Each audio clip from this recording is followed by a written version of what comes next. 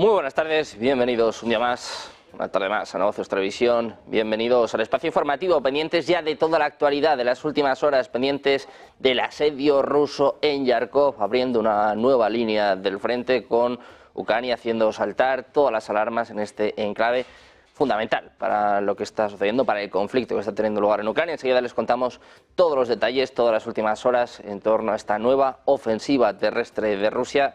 Antes miramos un poco la actualidad. Empezamos mirando Israel, a los tanques israelíes que han capturado este viernes la carretera principal que divide las mitades oriental y occidental de Rafah, rodeando efectivamente todo el lado oriental de la ciudad en el sur de la Franja de Gaza. Los residentes describieron explosiones y disparos casi constantes al este y noreste de la ciudad este viernes, con intensos combates entre las fuerzas israelíes y militantes de Hamas y la yihad islámica. Hamas dijo que tendió una emboscada a tanques israelíes cerca de una mezquita en el este de la ciudad, una señal de que los israelíes habían penetrado varios kilómetros desde el este hasta las afueras de la zona urbanizada.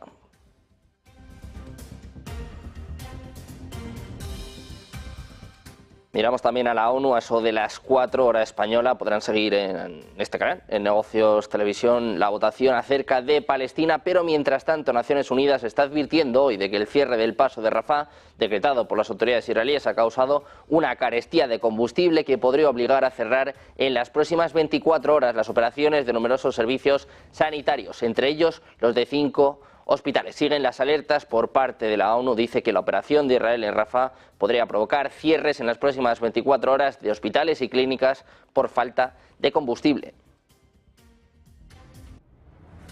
Hablamos también de la OTAN. El secretario general Jens Stoltenberg llega al final de su mandato en un momento crucial para la OTAN y el orden internacional. El verano, en el que si no llega a tiempo la ayuda militar occidental, Ucrania se juega definitivamente su existencia. Jens Stoltenberg le rodea una creciente tensión por la mala marcha de los acontecimientos en la guerra de Ucrania, y no solo se la transmiten sus asesores militares y diplomáticos, también y de forma muy apremiante el gobierno de Kiev. Su presidente Volodymyr Zelensky ya alertaba el pasado 29 de abril, verbalizando la más angustiosa petición de las que ha formulado desde el inicio del conflicto. Decía que si no llegaba pronto la ayuda de Estados Unidos no podría resistir. Ojo, porque esto empieza a hacerse evidente ante la ofensiva rusa que está teniendo lugar en estos momentos en Yarkov.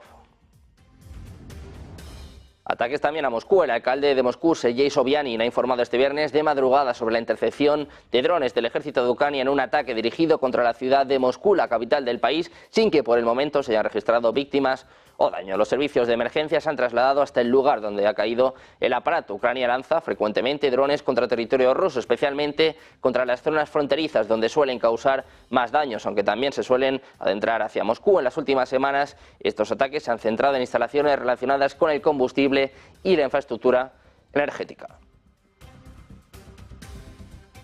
Mirando a Rusia, les contamos que ha lanzado una ofensiva terrestre en la región de Yarkov, al noreste de Ucrania, y los combates allí continúan. Es lo que dice este viernes el Ministerio de Defensa de Ucrania, confirmado ya también por el Ministerio de Defensa ruso. Una ofensiva que ha comenzado aproximadamente a las 5 horas local, donde Rusia ha intentado atravesar la línea de defensa al amparo de vehículos blindados. Una fuente militar ucraniana de alto rango dijo que Rusia había avanzado 1 kilómetro hacia Ucrania. El propio Zelensky hablaba en los últimos minutos de combates feroces en Yarkov. El Ministerio de Defensa de Rusia ha informado que ha tomado 2 localidades, Kotrarovka y Kislovka, en Yarkov, en medio de la ofensiva terrestre. Las fuerzas rusas afirman haber repelido múltiples ataques ucranianos, derribando un avión Su-27 y destruyendo reservas de misiles de fabricación occidental en Odessa. Pendientes de Ucrania, les contamos que precisamente ha enviado refuerzos militares para ayudar a repeler los ataques rusos en las zonas fronterizas de la región de Yarkov, en el noreste del país. Según informa este viernes el Ministerio de Defensa, añade que las tropas rusas han intentado abrirse paso con vehículos blindados a primera hora de la mañana. Anuncian que siguen los combates de intensidad variable, según declara el Ministerio en la aplicación de mensajería de Telegram. Rusia lanzando una gran ofensiva en Yarkov. Ojo, porque enseguida les contamos todos los detalles.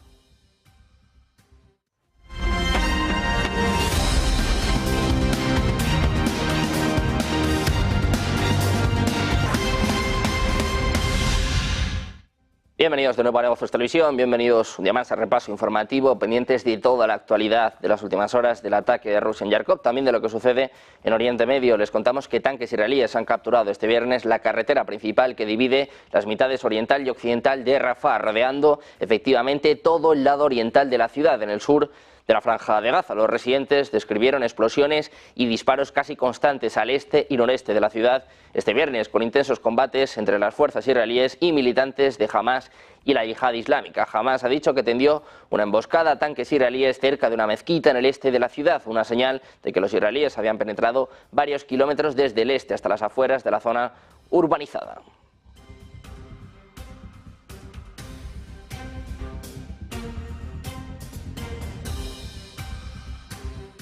Mientras tanto, las fuerzas israelíes han estado también bombardeando en las últimas horas zonas de Rafah, mientras el primer ministro Benjamin Netanyahu está desestimando las amenazas por parte del presidente estadounidense Joe Biden. Después de amenazar precisamente con retener las armas de Israel, se ataca el sur de Gaza. Todo esto mientras la última ronda de negociaciones indirecta en el Cairo para intentar detener esta escalada de las tensiones, estas hostilidades en Gaza, ha terminado. La delegación de ambas partes y el jefe de la inteligencia de Estados Unidos abandonó en las últimas horas el Cairo. Israel ha presentado a los mediadores su reserva sobre una propuesta de Hamás para un acuerdo de liberación de rehenes. En Gaza, los grupos de Hamás y Yihad Islámica dijeron que sus combatientes dispararon cohetes antitanques y morteros contra tanques israelíes concentrados en las afueras del este de la ciudad. Israel asegura que los militantes de Hamás se esconden en Rafah, donde la población se ha incrementado con cientos de miles de habitantes de Gaza que buscan refugio de los bombardeos que han reducido a ruinas la mayor parte del enclave costero. En Estados Unidos, la Casa Blanca ha reiterado su esperanza de que Israel no lanzara una operación completa en Rafah, diciendo que no creía que eso avanzaría en el objetivo de Israel de derrotar a Hamás. Miramos también al primer ministro israelí, a Benjamin Netanyahu, y es que Israel no ha tardado en responder a la amenaza de Estados Unidos de cortarle el suministro de armas y finalmente lleva a cabo una ofensiva de intensidad en Rafah. El ministro de Seguridad, Itamar Ben-Gvir, uno de los más radicales, publicó un tuit en el que aseguraba que Hamás ama a Biden. Por su parte, Netanyahu ha compartido en su cuenta de X un trozo del discurso que dio hace 4 días durante la conmemoración del Holocausto y en el que aseguraba que si tenemos que estar solos, estaremos solos. Decía Netanyahu, si tenemos que luchar con uñas, lucharemos con uñas, pero tenemos algo más. Además, en una entrevista con un medio de Estados Unidos, ha mostrado confiado en superar los desacuerdos con Biden en torno a la guerra en Gaza. Dice que si Israel se ve obligada a resistir sola, lo hará. Escuchamos. In the Holocaust, the Jewish people were totally defenseless against those who sought our destruction. No nation came to our aid. Today, we again confront enemies bent on our destruction. I say to the leaders of the world, no amount of pressure, no decision by any international forum will stop Israel from defending itself. As the Prime Minister of Israel, the one and only Jewish state, I pledge here today from Jerusalem on this Holocaust Remembrance Day, if Israel is forced to stand alone, Israel will stand alone. But we know we're not alone, because countless decent people around the world support our just cause.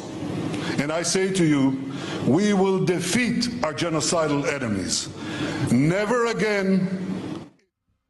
Pendientes de Netanyahu, les contamos que el apoyo de Estados Unidos a Israel, sobre todo a nivel armamentístico, sigue levantando titulares. De hecho, Washington mantiene miles de millones de dólares en armamento estadounidense en proceso para ser enviadas a Israel, a pesar del atraso de un envío de bombas y la revisión de otros por parte de la administración de Biden por el temor a una ofensiva de alta intensidad en Rafah. El presidente ha reiterado su preocupación porque su uso en un ataque pueda causar más daños y devastación para los civiles palestinos. Los asesores del Congreso estimaron el valor del envío retrasado de estas bombas en decenas de millones de dólares estadounidenses. Está previsto que una amplia gama de otros equipos militares lleguen a Israel, incluidas municiones conjunta de ataque directo que convierten bombas tontas en armas de precisión y proyectiles de tanque, morteros y vehículos tácticos blindados, según trasladaba a la prensa el senador Jim Rich, el principal republicano en el Comité de Relaciones Exteriores del Senado.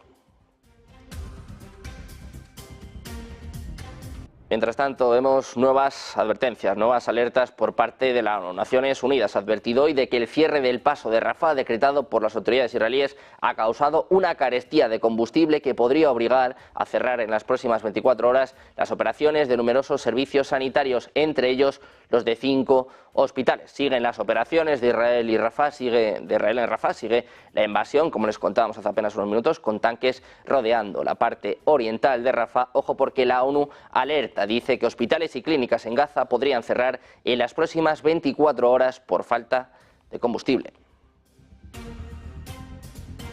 Pendientes de la ONU, les contamos que la Asamblea General de las Naciones Unidas va a respaldar este viernes el intento palestino de convertirse en miembro de pleno derecho de la ONU, reconociéndolo como calificado para unirse y enviando la solicitud de regreso al Consejo de Seguridad de la ONU. La representación de Palestina comunicó un nuevo proyecto de resolución que el grupo árabe someterá a voto en la Asamblea General para calibrar cuántos países apoyan su derecho a convertirse en miembro de pleno derecho o mejorar su estatuto de observador. La votación de la Asamblea General de 193 miembros de este viernes actuará como una encuesta global del apoyo a los palestinos. Una solicitud para convertirse en miembro de pleno derecho de la ONU primero debe ser aprobada por el Consejo de Seguridad y luego por la Asamblea General. Los palestinos vuelven a intentarlo después de que Estados Unidos lo vetara en el Consejo de Seguridad de la ONU de 15 miembros del mes pasado.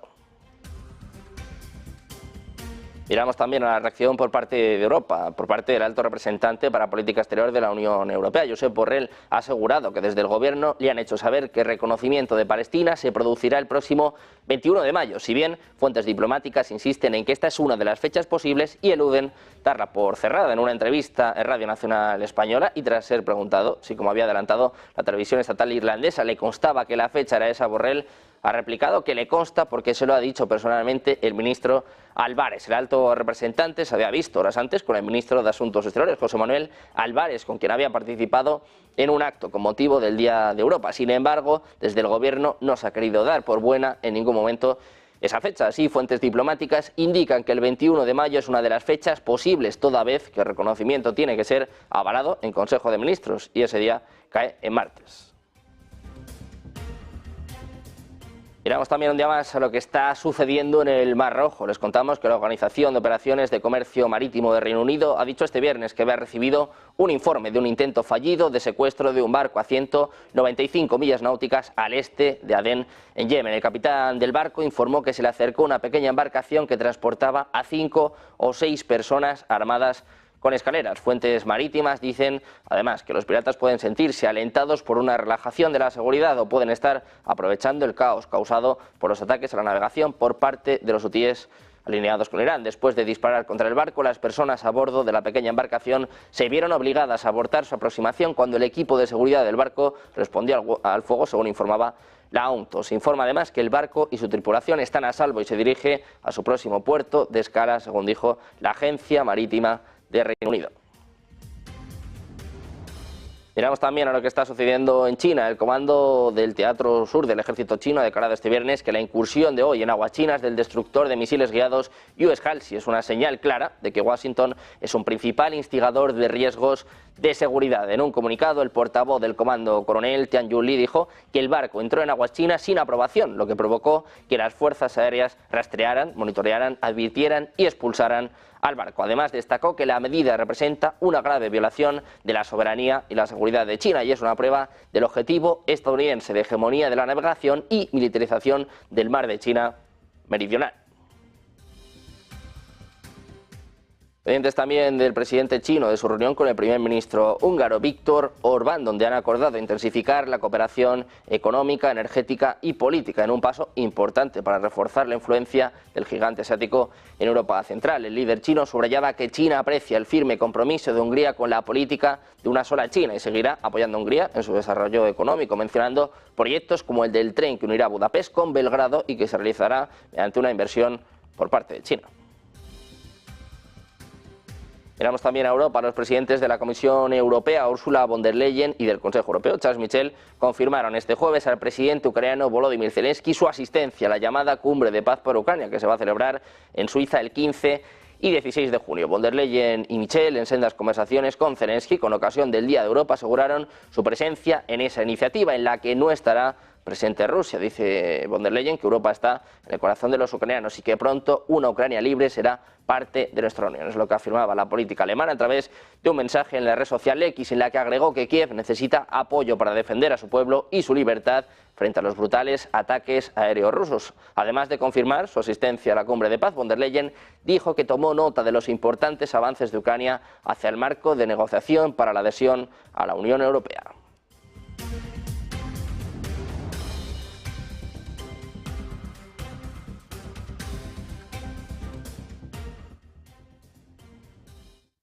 El problema es que evitemos el crack de la capacidad defensiva ucraniana, porque el ejército ruso tiene una larga tradición de ofensivas de verano, las hicieron contra la Wehrmacht y no les salieron mal, y hay 450.000 soldados rusos estacionados en la frontera, no en la frontera, en la línea de frente.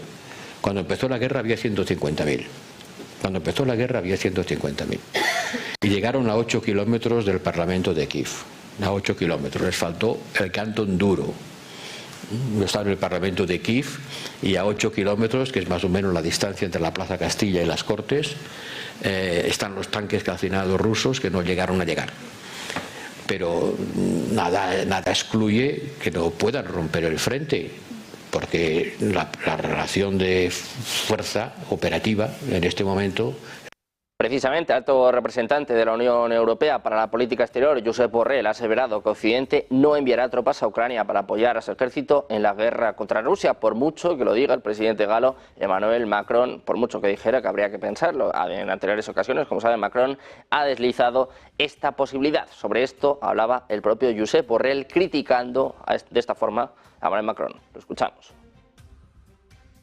Es el mismo Macron, porque tengo mucho respeto y admiración, como corresponde, que al principio de la guerra en Ucrania decía que no había que humillar a Rusia. Sí. Y que decía, bueno, nuestra respuesta tiene que ser teniendo en cuenta que Rusia es una potencia nuclear, no la podemos poner contra las cuerdas, estamos lejos de ponerla contra las cuerdas, no podemos humillar a Rusia. Y nuestra intervención tiene que ser pues gradual, ilimitada y medida, etcétera. Y lo ha sido, ¿eh? Pero ahora no, ahora está en un discurso mucho más de alarma, de decir, llevamos 2 años de guerra, esto no parece que se vaya a acabar, al contrario. Precisamente Borrell ha incidido en la necesidad de seguir defendiendo a Ucrania, aunque ha descartado la opción del envío de militares occidentales al frente. Decía, como bien escuchaban, ni los hemos mandado ni los vamos a mandar. Es lo que manifestaba al menos el máximo representante de la diplomacia comunitaria durante la presentación de su libro Europa entre dos guerras, en la sede de la representación de la Comisión Europea en España. Pendientes precisamente de esta cuestión, de esto que hablaba Borrell, si hay o no tropas de la OTAN en Ucrania, ojo porque en las últimas horas el primer ministro polaco, Donald Tusk, ha reconocido, se le ha escapado que ya hay tropas de la OTAN en Ucrania. Hacemos una pausa, 2 minutos y se lo contamos ya enseguida en Negocios Televisión.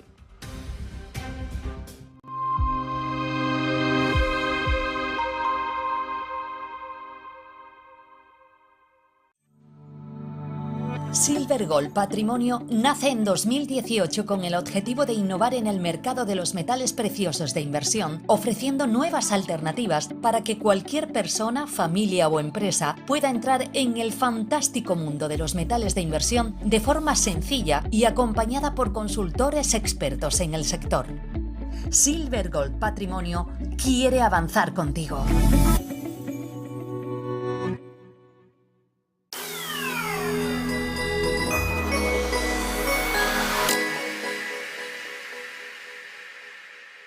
Todos sabemos que en la economía hay algo más de lo que se ve. Todos sabemos que en el día a día, en nuestra vida cotidiana, la economía nos da algo que no termina de verse en la primera mirada.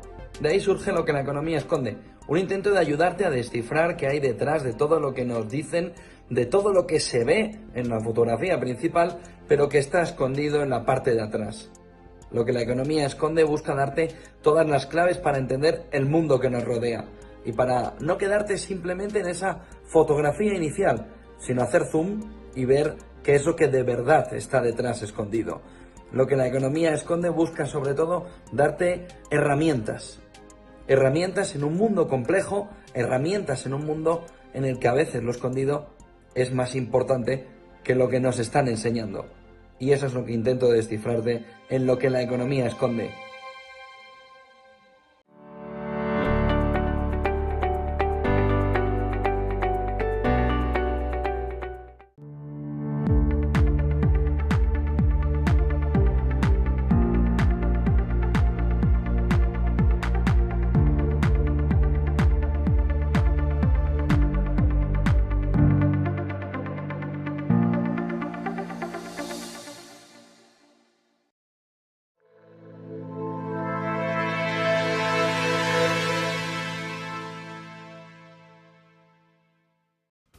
Ya de vuelta en Negocios Televisión, pendientes de toda la actualidad, de todas las últimas horas, los últimos desarrollos de esta ofensiva terrestre de Rusia en Kharkov. Miramos precisamente a lo que estaba comentando hace apenas unos minutos Josep Borrell al posible envío de tropas a Ucrania, algo que se le ha escapado al primer ministro polaco, a Donald Tusk. Decía que los soldados de la OTAN ya están en Ucrania ayudando a Kiev, pero el bloque, liderado por Estados Unidos, no quiere involucrarse directamente en el conflicto con Rusia. Estas eran las palabras del primer ministro polaco Donald Tusk. Hizo los comentarios este miércoles respondiendo a una pregunta de una niña de 10 años que estaba entre los reporteros acreditados en el Parlamento polaco y preguntó por qué la ONU o la OTAN no habían intervenido todavía en Ucrania. Ante esta pregunta, Donald Tusk respondió lo siguiente, decía: hoy la OTAN está ayudando todo lo que puede. Sin la ayuda de la OTAN, Ucrania no habría podido defenderse durante tanto tiempo. Tusk respondió esto según una traducción de sus comentarios y añadía lo siguiente, decía: bueno, hay algunas tropas allí, quiero decir soldados, hay algunos soldados allí, observadores, ingenieros, los están ayudando. Después de que Macron lleve varias semanas, varios meses advirtiendo sobre un posible envío de tropas a Ucrania, ojo, porque el primer ministro polaco admite que ya hay fuerzas, ya hay tropas de la OTAN en Ucrania. Miramos también a Reino Unido. Dice que las pérdidas significativas de tropas y equipos en Ucrania llevaron a las autoridades rusas a organizar un desfile más austero por el Día de la Victoria. Es lo que están apuntando los servicios de inteligencia de Reino Unido, que detectan además un aumento de las cancelaciones de los actos oficiales a nivel nacional. El principal desfile tuvo lugar en Moscú, de nuevo bajo la mirada del presidente ruso Vladimir Putin, pero dice Reino Unido que hubo cancelaciones en 24 ciudades, 3 más que el año pasado. Londres atribuye esto a problemas de seguridad también sobre esta batería de anulaciones en un informe divulgado por el Ministerio de Defensa. Además, y pese a recuperar la presencia de aviones militares, las fuerzas rusas exhibieron equipos, según Reino Unido, menos modernos si se compara con los actos que solía organizar antes del conflicto en Ucrania. Dice que en 2020 hubo 20 tanques y que este jueves solo uno deslizó por la Plaza Roja, un vehículo ceremonial recuperado de la Segunda Guerra Mundial. Presidentes de Reino Unido, David Cameron, ha pedido a la Unión Europea que sea más dura y más asertiva con Rusia. El secretario de Exteriores británico aprovechó su intervención en el Centro Nacional de Ciberseguridad de Londres para reclamar un giro en la política de seguridad europea y un aumento de los presupuestos de defensa. Decía que necesitamos adoptar una actitud más severa ante un mundo más duro. Decía además, literalmente, que si la invasión ilegal de Putin nos ha enseñado algo, es que estamos haciendo demasiado poco y demasiado tarde, y eso sirve de estímulo para el agresor. Añade que ha visto muchos ejemplos que demuestran que no hemos aprendido la lección, es lo que decía el titular de Exteriores británico. Además, apuntaba que en el Mar Rojo hemos visto como un barco tras otro era atacado, y mientras muchos países criticaron las acciones de los hutíes, solo Estados Unidos y Reino Unido fueron capaces de dar un paso al frente y responder a los ataques. Decía además que otro ejemplo son los gastos de defensa en Europa, donde algunos países son reacios a invertir, aunque tengamos una guerra en nuestro continente. Recalca el propio Cameron que esto no puede continuar. Hay respuesta también por parte de Rusia a las declaraciones del primer ministro polaco Donald Tusk, apuntando, como os contábamos, a que algunas tropas de la OTAN fueron desplegadas en Ucrania. Dice Zaharova que confirma que Occidente está librando una guerra híbrida contra Rusia, es lo que declaraba Sputnik, la portavoz de la Cancillería rusa. Decía literalmente que es una confirmación de que Occidente está librando una guerra híbrida contra Rusia. Así comentaba las palabras de Tusk, donde declaraba que en Ucrania hay algunas tropas, es decir, algunos soldados, así como observadores e ingenieros de la OTAN, pero no especificó detalles sobre el número de tropas ni tampoco sus países de origen.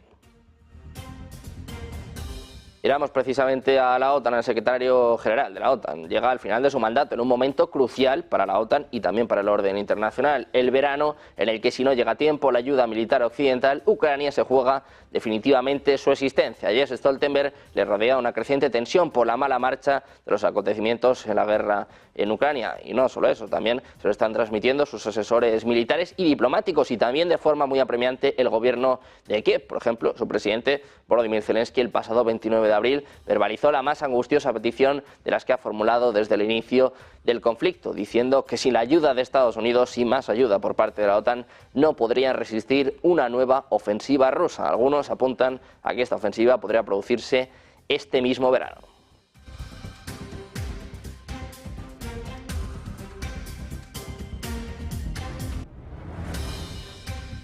Pendientes también de China, del papel que está teniendo en el conflicto en Ucrania, el papel que está teniendo también en cuanto a Rusia. Esta mañana tenemos con nosotros a Juan Antonio Aguilar, director del Instituto Español de Geopolítica, que dice que China no puede dejar de lado a Rusia, que si deja caer a Rusia, China sería la siguiente. Lo escuchamos. Must be protected. In particular, vulnerable people unable to... Estratégica, porque si saben que si Rusia cayera, los siguientes en la cadena, en la ficha de dominó, son ellos. Lo están viendo en el Asia-Pacífico. Es decir, en cambio ahora mismo tienen unas fronteras norte y occidentales de China muy seguras. Es decir, donde además tiene la provisión fundamental de energía que le viene de Rusia. Es decir, de ninguna manera Xi Jinping se va a poner en contra de Rusia. Así que se pueden ir olvidando de todas estas veleidades más propias de un mundo que existía hace 30 años y que ya no existe. Y ese es el gran problema, que no se dan cuenta que el mundo ha cambiado. Mirando precisamente a Rusia, el presidente ruso Vladimir Putin ha propuesto este viernes la reelección del primer ministro Mikhail Mishustin, un tecnócrata que le ayudó durante la guerra en Ucrania y sobre todo los desafíos económicos provocados por las sanciones occidentales. La aprobación del discreto Mishustin por parte de la Duma es casi segura, ya que prácticamente no hay oposición en el Parlamento, que ha apoyado a Putin en todas sus decisiones, incluido el inicio del conflicto en Ucrania. Precisamente miramos a lo que fue ayer el desfile del Día de la Victoria, donde Putin llamaba a evitar un conflicto mundial después precisamente de este desfile sobre la victoria contra los nazis. El presidente ruso ha llamado este jueves a evitar el estallido de un conflicto mundial en medio de las crecientes tensiones militares con la OTAN. Durante el desfile del Día de la Victoria sobre la Alemania nazi decía que Rusia hará todo lo posible para evitar un enfrentamiento mundial, pero al mismo tiempo no podemos permitir que nadie nos amenace. Es lo que afirmaba durante su intervención ante soldados que participan en la actual campaña militar en Ucrania y veteranos de la Segunda Guerra Mundial reunidos en la Plaza Roja. Lo escuchamos diciendo que no puede permitir que nadie amenace a Rusia. Nosotros estamos en contra de la superioridad de cualquier país o cualquier alianza. Rusia hará todo lo posible para prevenir una confrontación a nivel global y a la vez no vamos a permitir que nadie nos amenace. Nuestras fuerzas están en alerta siempre. Pendientes de las palabras del presidente ruso Vladimir Putin, ponemos el foco en lo que está sucediendo en estos momentos, la ofensiva terrestre en Yarkov. Hay declaraciones y reacciones ya por parte del Ministerio de Defensa ucraniano, también confirmación por parte del Ministerio de Defensa ruso, lo que puede ser golpe definitivo para una Ucrania que está desatando todas las alertas. Rusia, como les contamos, ha lanzado una ofensiva terrestre en la región de Yarkov, al noreste de Ucrania, y los combates allí continúan, según decía este viernes el Ministerio de Defensa ucraniano. Apuntaba que aproximadamente a eso de las 5 horas local, Rusia intentó atravesar la línea de defensa al amparo de vehículos blindados. Es lo que decía el ministerio. Una fuente militar ucraniana de alto rango dijo que Rusia había avanzado 1 kilómetro hacia Ucrania. Por su parte, el Ministerio de Defensa de Rusia informó que ha tomado 2 localidades, Kotrarovka y Kislovka, en Yarkov, en medio de una ofensiva terrestre. Las fuerzas rusas afirman también haber repelido múltiples ataques ucranianos, derribando un avión Su-27 ucraniano y destruyendo reservas de misiles de fabricación occidental en Odessa. Por su parte, también el alcalde de Moscú, Sergei Sobyanin, ha informado este viernes de madrugada sobre la intercepción de drones del ejército de Ucrania en un ataque dirigido contra la ciudad de Moscú, la capital del país, sin que por el momento se hayan registrado víctimas o daños. Los servicios de emergencia se han trasladado hasta el lugar donde ha caído el aparato. Ucrania lanza frecuentemente drones contra el territorio ruso, especialmente contra las zonas fronterizas donde suelen causar más daños, aunque también se suelen adentrar hacia Moscú. En las últimas semanas estos ataques se han centrado en instalaciones relacionadas con el combustible y la infraestructura energética.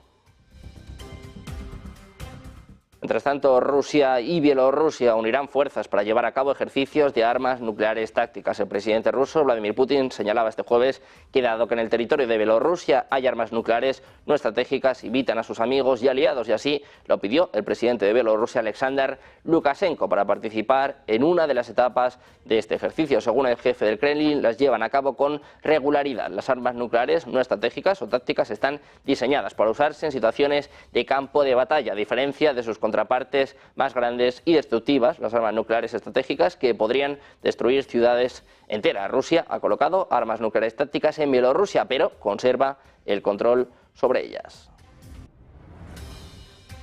Miramos también a Ucrania, que puede reclutar entre 10.000 y 20.000 presos para reforzar a su ejército. Es lo que ha declarado hoy el ministro de Justicia, Denis Maliuska, después de que la Rada Suprema aprobara este jueves una ley que permite a ciertas categorías de condenados acelerar su salida de la cárcel si se alistan a las Fuerzas Armadas. Maliuska hizo esta estimación en una entrevista con el servicio ucraniano de la BBC, en la que explicó que el reclutamiento de presos permitirá además reducir el exceso de población reclusa en las cárceles ucranianas. Decía lo siguiente: hago campaña por la movilización de los condenados, también para no violar los estándares de número de personas por metro cuadrado en las cárceles. Es lo que dijo el ministro, que defendió la oportunidad de ir al ejército para los presos como una forma de rehabilitación, especialmente para quienes cometieron crímenes siendo muy jóvenes. La nueva ley ucraniana permite unirse al ejército a los presos, con la excepción de aquellos condenados por violación, asesinato múltiple o delitos de corrupción política y contra la seguridad nacional. Mirando a Ucrania, les contamos que está enviando refuerzos militares para intentar ayudar a repeler los ataques rusos en las zonas fronterizas de la región de Yarkov, en el noreste del país. Es lo que informa este viernes el Ministerio de Defensa. Añade que las tropas rusas han intentado abrirse paso con vehículos blindados a primera hora de la mañana, pero que fueron rechazadas. Dicen que continúan los combates de intensidad variable, es lo que declara el Ministerio en la aplicación de mensajería de Telegram. En este sentido, hablaba también el presidente ucraniano Volodymyr Zelensky, hablando de feroces combates que están teniendo lugar en estos momentos en Yarkov.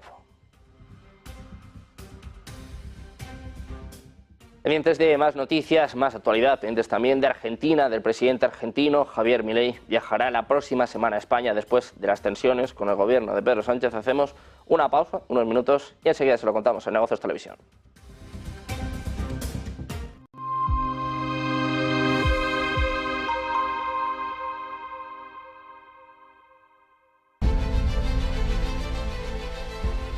No puede volver atrás y cambiar el principio, pero puede comenzar donde está y cambiar el final.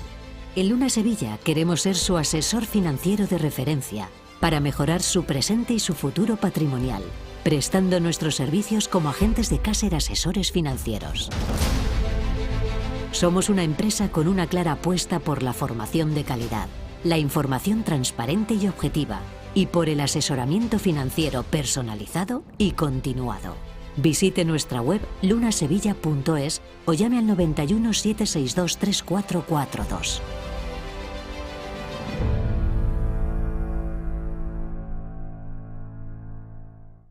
Ven al Torreón. Estamos en El Pardo, un espacio único en plena naturaleza.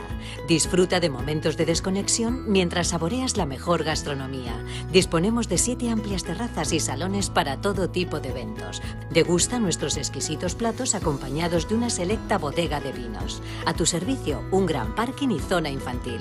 Abierto los 365 días del año. Cocina ininterrumpida desde las 10 de la mañana hasta las 12 de la noche. Haz tu reserva.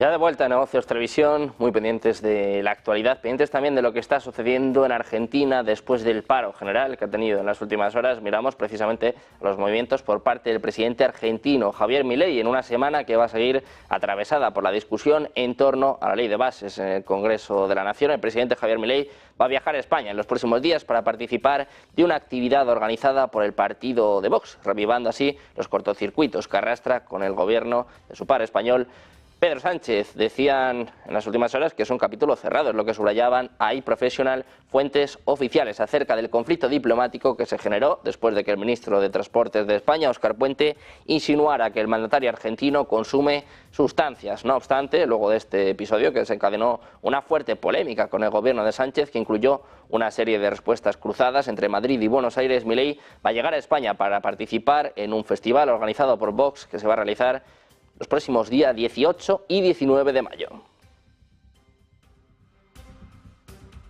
Ya más, también miramos a la actualidad en torno a los BRICS. Les contamos que el director ejecutivo de Rusia en el Fondo Monetario Internacional, Alexei Mosin, ha señalado que si la deuda estadounidense sigue aumentando, la certidumbre en que los activos en dólares estén seguros va a desaparecer. Ante este escenario, el representante ruso del FMI señaló que los BRICS están listos para ofrecer una alternativa al dólar en medio del colapso de la moneda y que el bloque debe prepararse para tal caso, una alternativa que la alianza de países ha estado trabajando desde hace varios meses. En una entrevista publicada por RIA Novosti, también ha hablado el propio Mosin, que señalaba que las deficiencias del actual sistema financiero son cada vez más evidentes y que por ello la alternativa de la moneda BRICS toma fuerza. Dice que se está discutiendo una propuesta de este tipo. En caso del colapso del dólar y el sistema monetario internacional, será necesario convertir dicha unidad contable de los BRICS en una moneda real, respaldado por bienes de cambio, según agregaba a la agencia. El bloque BRICS incluso ha recurrido a la tecnología blockchain para su nuevo sistema de pago, según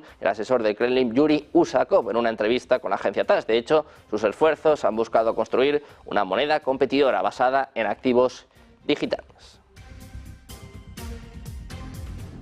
Hablamos también de Venezuela en un gesto que refleja el creciente apoyo militar de Estados Unidos a Guyana. En medio de las tensiones con Venezuela por la disputa territorial del Esequibo, 2 aviones de combate F-18 Super Hornet de la Marina estadounidense, embarcados en el portaaviones US George Washington, realizaron un sobrevuelo coordinado sobre Georgetown y sus alrededores. Según informaba la Embajada de Estados Unidos en Guyana, el sobrevuelo ha tenido lugar y cuenta con la colaboración y aprobación del gobierno guyanés y de las fuerzas de defensa de Guyana. Analistas y expertos en seguridad regional interpretan este despliegue aéreo como un esfuerzo de Washington por disuadir a Venezuela de cualquier acción militar y fortalecer su alianza estratégica con Guyana, un país clave en la región debido a sus importantes reservas de petróleo y gas.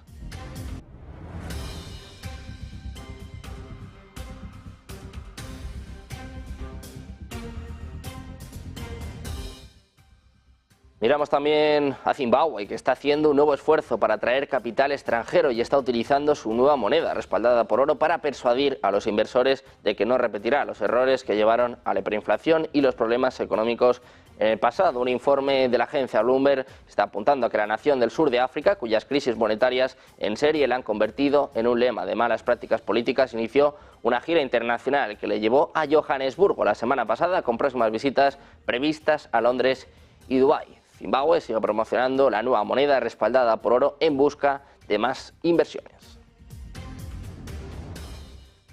Miramos también al Banco Central Europeo. Los miembros del Consejo de Gobierno del BCE acordaron en su reunión de abril que es plausible que el BCE pueda comenzar a aliviar sus restricciones de política monetaria en junio, si la evidencia adicional recibida hasta entonces confirma las perspectivas de inflación a mediano plazo inherentes en las proyecciones de marzo. Según el acta de la reunión publicada este viernes, algunos miembros incluso sintieron que el Banco Central podría comenzar a recortar las tasas de interés el próximo mes de abril.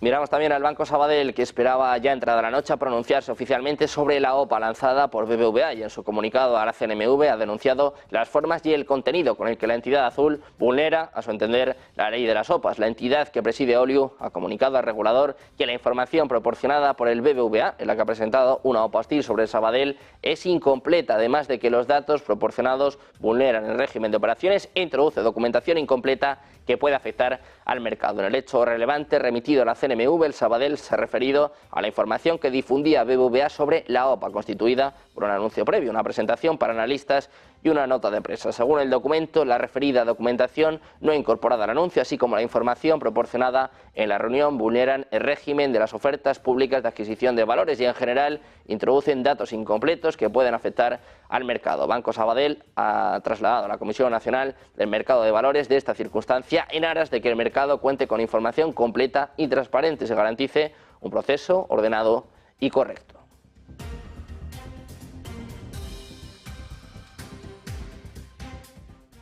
Miramos también a la reacción por parte de BBVA. Dice que la OPA es la misma que rechazaba el Consejo de Sabadell. El presidente de BBVA, Carlos Torres Villa, ha defendido el movimiento por considerar que tiene sentido que sean los accionistas los que respondan a la oferta. Y que sigue esta oferta a la que le pusimos al Consejo del Banco Sabadell, la propuesta que le hicimos para una fusión la semana pasada y que fue rechazada el pasado lunes, y hemos pensado que tenía sentido, respetando plenamente la opinión del Consejo del Banco Sabadell de que era una oferta que infravalora al banco, pero nosotros pensamos de otra manera y creemos que tenía sentido y tiene sentido que le pongamos a los accionistas del Sabadell directamente, les extendamos la oferta. Pendientes de toda la actualidad económica, geopolítica, pendientes de esta incursión, esta ofensiva terrestre que está teniendo lugar en Yarkov por parte de Rusia. Hacemos una pausa, nada, un par de minutos y volvemos con el análisis con los expertos enseguida en Negocios Televisión.